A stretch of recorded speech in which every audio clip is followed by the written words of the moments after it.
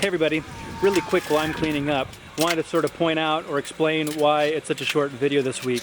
It's been extremely busy. We had guests come in from out of town, we planted a garden, we planted flowers, and the stuff I'm cleaning up right now is from the swing set that I'm building. I've been working on that for the last week and a half, and it's been kind of taking all of my time. Be that as it may, I got the inside of the shell milled out, and so that's what you're gonna see right now.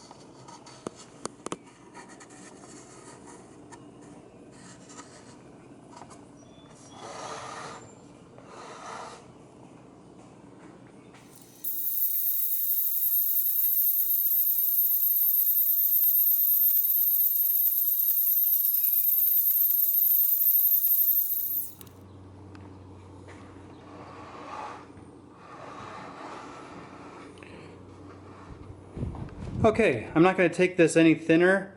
I went ahead and put some super glue into a couple of voids that showed up. Actually, they came through from the other side.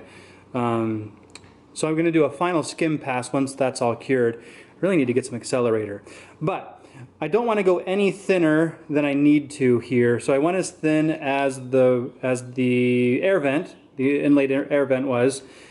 So we're probably at 3/8 of an inch interior thickness, which is plenty, because I'm a little worried about this shell. Some of you have noticed, and at least one person pointed out in the comments, that we've got some weak joints here. We've got end grain coming into long grain, and frankly that's not any better than end grain to end grain. And with this being relatively porous wood, it's not some exotic that's almost as dense in the end grain as it is in its long grain, that concerns me. So I've got a plan to take care of that, but I'm not going to do that until next week. So for now, that is it. I'd love to hear what you think, and I hope this thing turns out, that it doesn't fall apart, because that would stink. I really like how it's looking.